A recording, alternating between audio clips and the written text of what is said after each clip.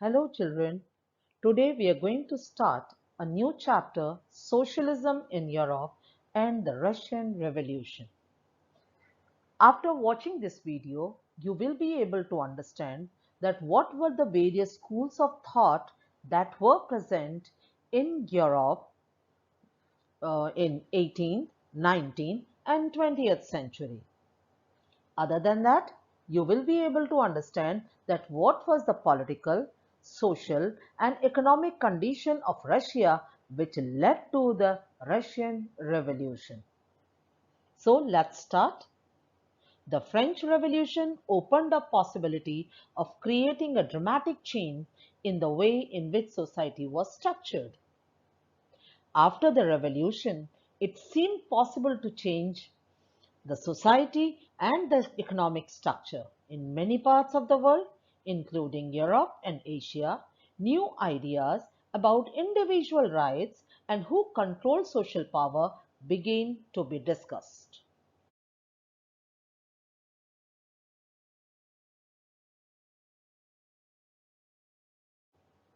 In the next slide, we are going to talk about liberals, radicals, and conservatives. Not everyone in Europe wanted a complete transformation of society. Responses varied. Some wanted gradual changes, where others wanted to restructure society radically. In this chapter, we will talk about socialism and its influence on the society. So, let me explain you what is socialism. Actually, it is a political, social, economic philosophy which is characterized by social ownership of the means of production. So when I'm talking about means of production, that means whatever we people are gathering to produce. So during that time in Europe, various thought prevailed. First were the liberals. They wanted a nation which can respect and tolerate all religions, opposed uncontrolled power of dynastic rulers, wanted an elected parliamentary government, and safeguard the rights of individuals. They were not Democrats. Why? Because they were not in favor of universal adult franchise. The second thought was radicals. They wanted a nation in which government is based on majority of the country's population. You must be able to recall Jacobins. So they were the radicals. They were in favor of existence of private property, but don't want concentration of power in few hands. Whereas the third school was of conservatives. Though they were never ready to make the changes in the society, but in later 19th century, they also opened their mind to need for change. They also wanted to respect the past. Now we are going to talk about industrial society and social change. So as we have seen, the liberals, the radicals, the conservatives, they all wanted to bring change in the society. So these political trends, they were the sign of new time, where people wanted to bring political, economic and social changes. During this time, new cities came up and new industrialized regions developed, railways expanded, and the Industrial Revolution occurred. And when the Industrial Revolution occurred, so these industries, they needed labor force. And men, women and children, they provided labor force in these factories. Long working hours, poor wages, housings and sanitation problems were common. At this point of time, liberals and radicals searched out solutions for housing, sanitation, and unemployment issues. They opposed to the privilege of old aristocracy had by birth. They firmly believed in the value of individual effort, labor, and enterprise. The coming of socialism in Europe. It is in the later part of 19th century. Many of the thinkers they came up and they started talking about socialism. So the people who were following socialism, they were called socialists, and they were against the private property. They believed that the owner of the property gave employment, but only concerned with personal gains, not for the welfare of others. So the personal motive was to get profit. Some socialists believed in the ideas of cooperative. That means whatever resources you are having, that is going to be combined and the fruit is going to be divided among the society. So here we are going to talk about Karl Marx, Friedrich Engels. They were having the different ideas. Robert Owens sought to build a cooperative community. Louis Blanc, he wanted the government to encourage cooperatives and replace capitalist enterprise. When we talk about capitalist enterprise, that means the entrepreneur who is investing money in all the factors of production with the motive of getting profit. Karl Marx and Friedrich Engels, they argued that industrial society was capitalist. So they wanted that they were saying that the capitalists exploit the workers, whereas Marx believed this capitalist system would be trumped by the workers and a socialist society would be established where all property would be socially controlled. Children, here is the map of Russia. This is present day Russia. But it was in 1914 when it was being ruled by Tsar Nicholas II. Besides the territory around Moscow, the Russian Empire included current-day Finland, Lithuania, Estonia, part of Poland, Ukraine, and Belarus. Now you're going to find out these countries and independent as independent nations. The Russian Empire stretched from Baltic Sea to the Pacific, and it comprised today's Asian states as well as Georgia, Armenia, and Azerbaijan. Now, when we talk about Russia of 1914, we find that many ethnic groups as well as many religious people they were living there in Russia. Let us talk about the economic and the social condition of Russia before the revolution. Peasants and workers formed most of the Tsarist Russian population, including non-Russian nationalities. Their condition was miserable. Russia was industrially a backward country. The condition of the workers was bad. They were forced to work for long hours on low wages. Both the workers and the peasants had no meaningful place in society. They had no political right. In contrast, the nobility at the top enjoyed all the privileges in the state. And moreover, other than this, corruption was widespread at all levels. The condition of the soldiers was also not satisfactory.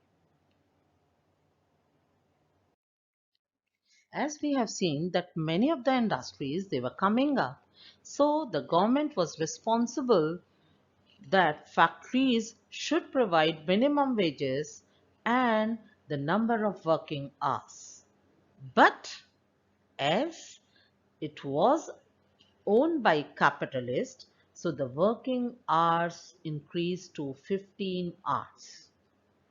Workers were divided in small groups on the basis of village they come from or on the basis of skill. Let me give you example The people who were working in metallurgy industry, they used to consider themselves as the aristocrats of the laborers. We have seen that women, they were also coming up in industry and they were making 31% of the factory labor but paid less than men. Working population in Russia was different from other countries in Europe before 1917. Russians had no respect for nobility, as we have seen in France. When the French Revolution occurred, many of the farmers, they have supported the nobles over there. But here we are going to see that nobles got their power for their services to the Tsar, but they were not having any local authority. They were not held by the peasants. The Russian peasants wanted land of noble to be given to them. They refused to pay rent, even murdered landlords. They pool their land periodically and their commune divides it according to individual families. So we can see here that there was a history of pooling the land, and this was the reason that Russia was moving forward for social. Let us discuss the political condition of Russia before 1914. The Russian Tsar continued to enjoy unlimited powers and were cruel and irresponsible as before. They never cared for the welfare of the people. Tsar Nicholas II still believed in the old divine of kings. People were taxed heave to maintain armed forces. Only the nobility supported the Tsar, as an important position in the state were occupied it. All right officials were recruited from the upper classes only. They were corrupt and inefficient. The Russian Tsar had built a vast empire by conquering diverse nationalities in Asia and Europe. The Tsar forced the people to adopt the Russian language and the culture. The Tsar's policy of expansion has also brought them in conflict or wars with other major imperialistic powers. Socialism. Now we are going to talk about socialism in Russia. As we have seen the political condition of Russia, that before 1914, all political parties were illegal. They were not allowed to have a political party. But then also we can see two illegal political parties coming up, those who were sharing the common ideas. Russian Socialist Democratic Workers' Party was founded in 1898 by socialists who respected Marx's idea. Now, what was the Marx idea? That means the industry should be owned by workers. In 1900, we find the Socialist Revolutionary Party that came up, who struggled for peasants' rights and demanded that land belonging to the nobles to be given to the actual tillers. So we can see that Social Democrats disagreed with the Socialist Revolutionary. This was the ideological difference. That Democrats, they believed that they should work for workers, industrial workers, whereas Socialist Revolutionary, they were talking about peasants. And when we talk about Social Democrat, we are able to see the Vladimir Lenin. He felt that peasants were not one united group, divided as rich, poor, laborers, and capitalists. Lenin thought that party should be disciplined, control the number and the quality of its member. Others, they were the Mensheviks, thought that party should be open to. Russia during that time was ruled by Romanovs. And here we can see that Tsar Nicholas II and his wife Alexandra, she was German born. Now, why I'm telling you this? Because later on we will find out that when the First World War was fought, Russia fought against Germany. So people were suspicious that what was the role of Alexandra, whether she was in favor of Russia or as she was German born, so she was inclined to Germany. It was during 1904 and 5 something happened which has changed the scenario of supremacy of Europeans. Russo-Japanese War was the result of increasing ex- expansionist Russian foreign policy in the East. When we talk about East, that means they wanted to have more land in China, where we have seen that Japan was also interested occupying China, Korea, and Taiwan. So, a war was fought between Russia and Japan, and a very small country, Japan, was able to defeat Russia. So, this war marked for the first time any Asian power had defeated a European power in a real war. With the defeat, Japan emerged as a major threat to Russian interests in the East, and in Russia, even moderates lost confidence in the old regime. Now, when we are talking about old regime, we are talking about Romanov dynasty. A turbulent time, the 1905 revolution, which is also known as Bloody Sunday. Tsar was not subject to parliament.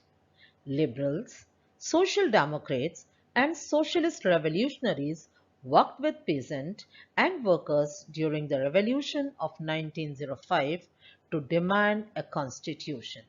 They were supported by nationalists and in Muslim dominated areas by Zoroastrists. Prices of essential goods rose. 110,000 workers in St. Petersburg went on strike demanding a reduction in working day to 8 hours, an increase in wages, and improvement in working conditions.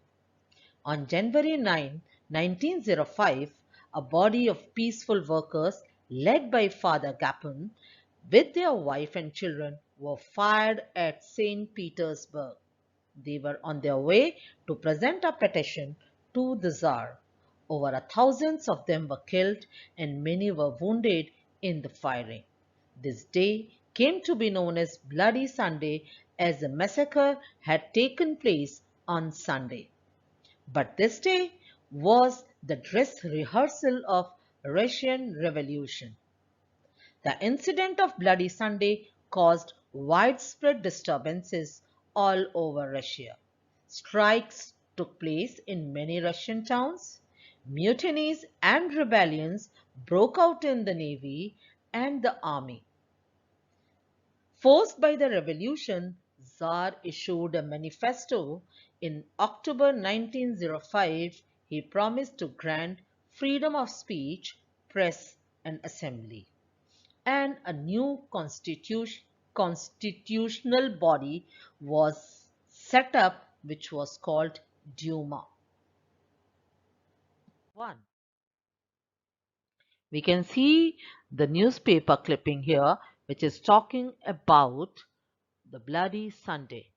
And we can see here calm succeeds the storm in St. Petersburg. The other news says martial law by Tsar's decree. Some are saying 1905 that revolution near, minister is told. And we can see the version of the conservatives where they were saying that public taught needful lesson. The First World War broke out between the two European alliances in 1914. Allied forces, which had Britain, France, and Russia. Central power, which were Germany, Italy, and Turkey. In Russia, the war was initially popular and people rallied around Tsar Nicholas II. Later, Tsar refused to consult the main parties in Duma. The common people's support also declined. The Tsarina, Alexandra's German origin, and the poor advisors, especially a monk called Rasputin, made the autocracy unpopular. During World War One, Tsar Nicholas II himself has taken the charge of the army and went to the front. He became the commander-in-chief, and over 7 million Russians die on the front as soldiers do not have sufficient rifles, ammunition, or medical care. And it was because of this the situation discredited the government and the Tsar. Soldiers did not wish to fight such a war. Industries suffered a setback. Railway lines began to break down. As most of the men were fighting on the front, there were labor shortages. Large supplies of grain were sent to feed the army. By winter 1916, riots at bread shop were common.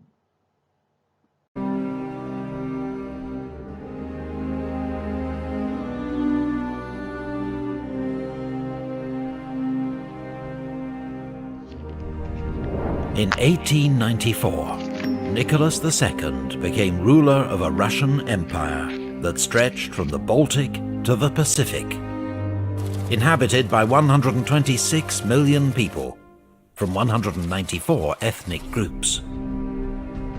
It was a country in which workers and peasants lived in poverty and hardship, while Russia's elite, its imperial family and aristocracy, lived lives of gilded luxury. There was a long history of struggle in Russia against the injustices of the system. And in 1905, a revolution forced the Tsar to allow the creation of a State Duma, or National Assembly. But its power was limited, and the compromise pleased neither the Tsar nor the reformers. In 1914, this divided empire was plunged into fresh crisis by World War.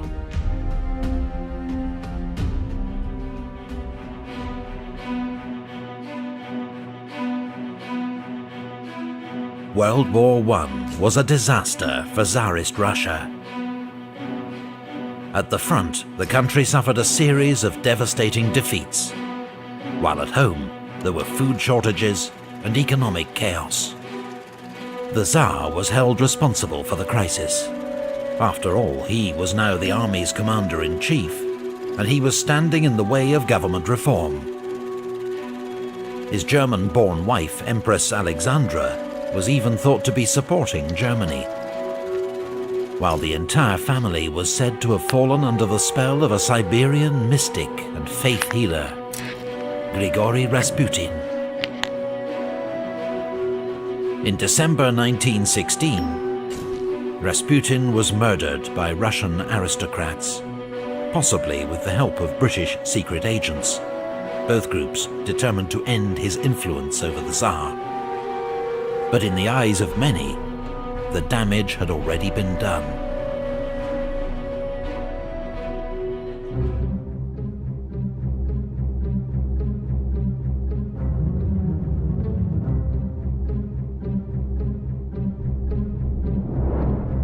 On the 23rd of February 1917, thousands of women took to the streets of the Russian capital, Petrograd, to mark International Women's Day and protest over bread shortages.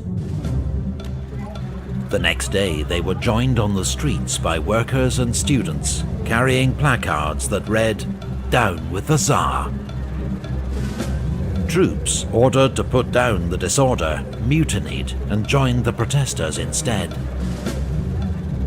Tsarist officials were arrested. Prisons and police stations were attacked.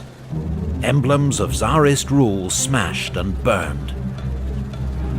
The government had lost control of the capital.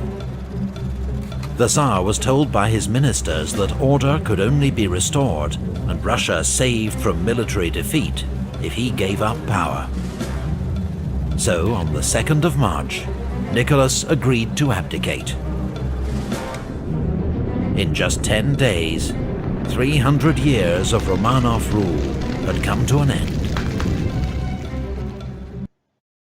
Dear children, with this we come to an end of this video. Hope you must have understood that who were liberals, radicals and conservatives and how they wanted to bring change in the society. Other than this, you must have understood the political, social and economic condition of Russia before 1914. Now test yourself. After taking a test,